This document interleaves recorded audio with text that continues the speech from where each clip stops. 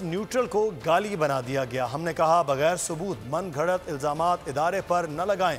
ہم سے غلطی ہو سکتی ہے لیکن غدار سازشی نہیں ہو سکتے۔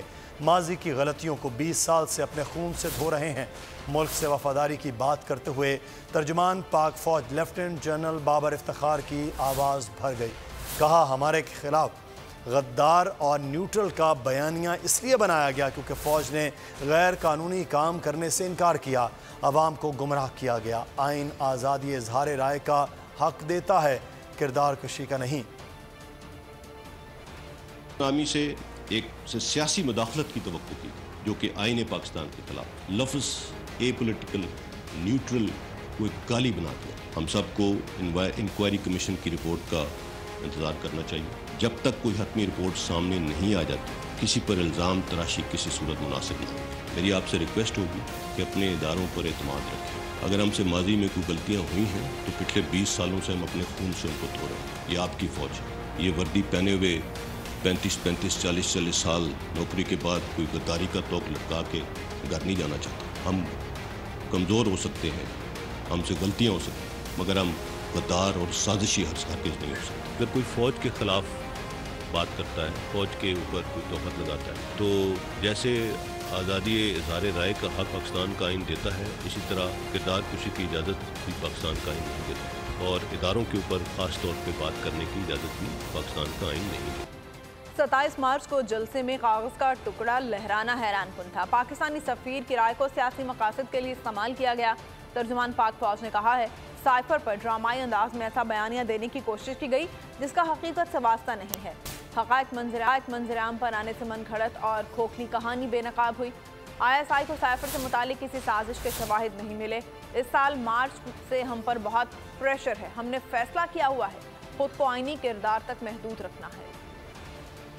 ہمارے لیے یہ حیران کن تھا جب 27 مارچ اسلام آباد کے جلسے میں کاغذ کا ایک ٹکڑا لہرایا گیا اور ڈرامائی انداز میں ایک ایسا بیانیہ دینے کی کوشش کی گئی جس کا حقیقت سے دور دور تک کوئی واسطہ نہیں۔ سائفر کے حوالے سے حال ہی میں کئی حقائق منظر عام پر آ چکے ہیں جس نے اس کھوکھلی اور من گھڑت کہانی کو بے نقاب کر دیا ہے۔ 31 مارچ کی نیشنل سیکیورٹی کمیٹی کی میٹنگ بھی اس سلسلے کی ایک کڑی تھی۔ ISI کی سائفر سے متعلق فائنڈنگز کی کسی قسم کی سازش کو ان کو اس کے شواہد نہیں ملے۔ اس تمام جھوٹے بیانیے اور گمراہ کن پروپیگنڈے کے باوجود ادارے نے اور خاص طور پر آرمی چیف نے نہایت ریسٹرینٹ اور تحمل کا مظاہرہ کیا۔ ہم نے ہر ممکن کوشش کی کہ سیاستدان آپس میں بیٹھ کر خود قومی مسائل کو حل کریں، لیکن ایسا ممکن نہ ہو سکا۔ لفظوں کے ہیر پھیر، گمراہ کن اور جھوٹی خبریں پھیلا کر اداروں اور ان کی لیڈرشپ کو غدار ٹھہرا کر کٹہرے میں کھڑا کر۔ ترجمان پاک فوج لیفٹیننٹ جنرل بابر افتخار نے کہا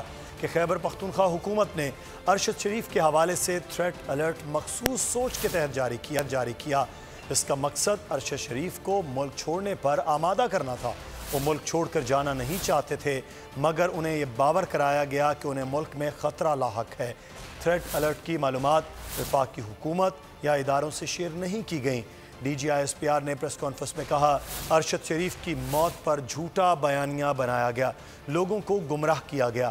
ارشد شریف کے واقعے میں تھرڈ پارٹی ملوث ہو سکتی ہے۔ نجی چینل کے مالک کو ملک واپس لا کر شامل تفتیش کرنا چاہیے۔ لیفٹیننٹ جنرل بابر افتخار نے کہا ارشد شریف کے معاملے پر کینیا میں بھی تحقیقات ہو رہی ہیں اور ہمیں بھی اپنی سطح پر تحقیقات کرنی چاہیے کہ ارشد شریف کی ہلاکت کا فائدہ کون اٹھا رہا ہے۔ شریف صاحب تو نومبر 2021 سے ARY چینل کے پلیٹ فارم سے اداروں پر تنقید کر رہے تھے جس میں انہوں نے مختلف اداروں کے حوالے سے بہت سخت تنقیدی پروگرامز بھی کیے، لیکن اس کے باوجود ان کے حوالے سے ہمارے دل میں کسی قسم کے منفی جذبات نہ تھے نہ ہیں۔ 5 اگست 2022 کو خیبر پختونخوا گورنمنٹ کی جانب سے ARY اینکر ارشد شریف صاحب کے حوالے سے ایک تھریٹ الرٹ جاری کیا گیا۔ ہماری اطلاع کے مطابق یہ threat alert chief minister Khyber Pakhtunkhwa کی خاص ہدایت پر جاری کیا گیا، جس میں شبہ ظاہر کیا گیا کہ افغانستان میں مقیم TTP گروپ نے سپن بولدک میں ایک میٹنگ کی ہے جو ارشد شریف کو راولپنڈی اور ملکہ علاقوں میں ٹارگٹ کرنا چاہتے ہیں۔ اس حوالے سے وفاقی حکومت یا پھر سیکیورٹی اداروں سے مزید کسی قسم کی معلومات شیئر نہیں کی گئی کہ کیسے اور کس نے KP گورنمنٹ کو یہ اطلاع مہیا کی کہ ارشد شریف صاحب کو ٹارگٹ کیا جائے۔ اس سے ظاہر یہ ہوتا ہے کہ یہ تھریٹ الرٹ مخصوص سوچ کے تحت جاری کیا گیا، جس کا مقصد شاید ارشد شریف صاحب کو ملک چھوڑنے پر آمادہ کرنا، جبکہ اطلاعات بھی ہیں کہ ارشد شریف صاحب ملک چھوڑ کر نہیں جانا چاہتے تھے، لیکن بار بار ان کو یہ باور کرایا جاتا رہا کہ انہیں خطرہ لاحق ہے۔ لانگ مارچ کے حوالے سے عمران خان نے ویڈیو بیان جاری کر دیا۔ کھلاڑیوں کو کل 11 بجے لبرٹی چوک لاہور پہنچنے کی ہدایت کی گئی ہے۔ ان کا کیا کہنا ہے، آئیے دیکھتے ہیں۔ اب بسم اللہ الرحمن الرحیم۔ میرے پاکستانیوں، کل 11 بجے میں لبرٹی چوک سے اپنی حقیقی آزادی کی تحریک کا آغاز کر رہا ہوں۔ میں چاہتا ہوں آپ سب اس میں شامل ہوں۔ یہ کوئی سیاست کے لیے کوئی تحریک نہیں ہے، یہ کوئی ذاتی مفادات کے لیے نہیں ہے، کوئی گورنمنٹ گرانے یا لانے کے لیے نہیں ہے، یہ ملک کو حقیقی طور پہ آزاد کرنے کے لیے۔ یہ جب سے پاکستان بنا ہے، جو تحریک پاکستان تھی جس میں ہم نے انگریزوں سے آزادی لی تھی، یہ اب اس کے بعد حقیقی آزادی کی تحریک، اتنی بڑی تحریک اب شروع ہے۔ اس کا مقصد کیا ہے؟ اس ملک میں جو فیصلے ہوں وہ ملک کے اندر فیصلے ہوں، کوئی بیرون ملک کے پتلے ہمارے ملک کے فیصلے نہ کریں۔ دوسری چیز انصاف ہو، قانون کے سامنے سب ایک برابر ہو، انصاف سے انسانوں کو آزاد کیا جائے، انصاف دے کے اس ملک کے اندر خوشحالی لائی جائے، کیونکہ انصاف کے بعد ہی خوشحالی آتی ہے۔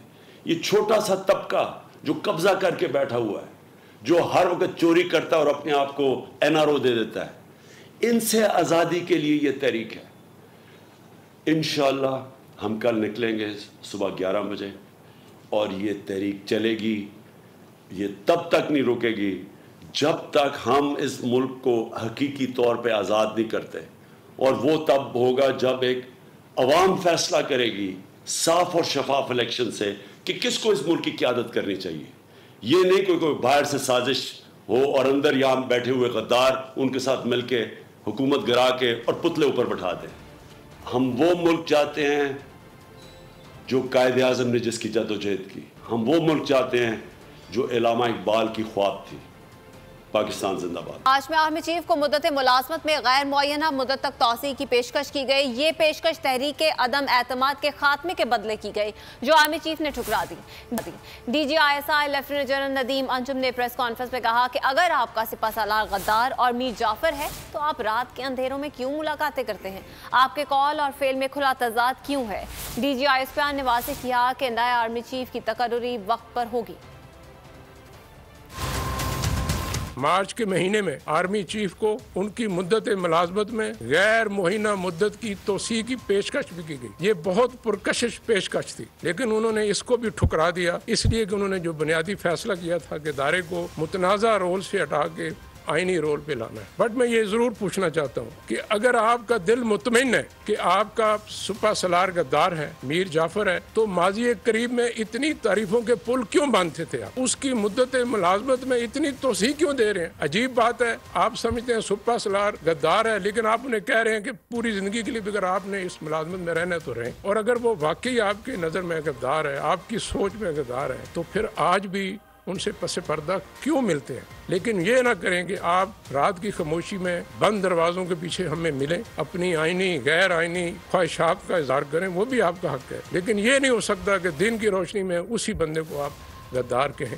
آپ کی قول و فعل میں، فکر و تدبر میں اتنا کھلا، اتنا بڑا تضاد ٹھیک نہیں۔ اس میں کسی کو شک نہیں ہونا چاہیے کہ اپوائنٹمنٹ اپنے ٹائم پہ ہوگی انشاءاللہ، اور آئینی طریقہ کار کے مطابق ہوگی۔ There should be no doubt in that۔ ہمیں کسی کے لانگ مارچ، احتجاج یا دھرنے پر اعتراض نہیں۔ آئین نے جو حقوق دیے ہیں اس کی حدود بھی متعین ہے۔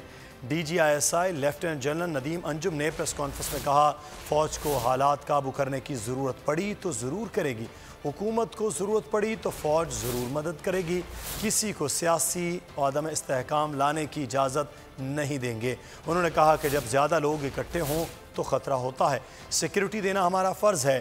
DGISPR نے پریس کانفرنس میں کہا، اسلام آباد آنا اور احتجاج کرنا آئینی حق ہے، کسی کے حق میں مداخلت کرنا اب نہیں چل سکتا، فوج آئینی حدود میں رہتے ہوئے کام کرے گی۔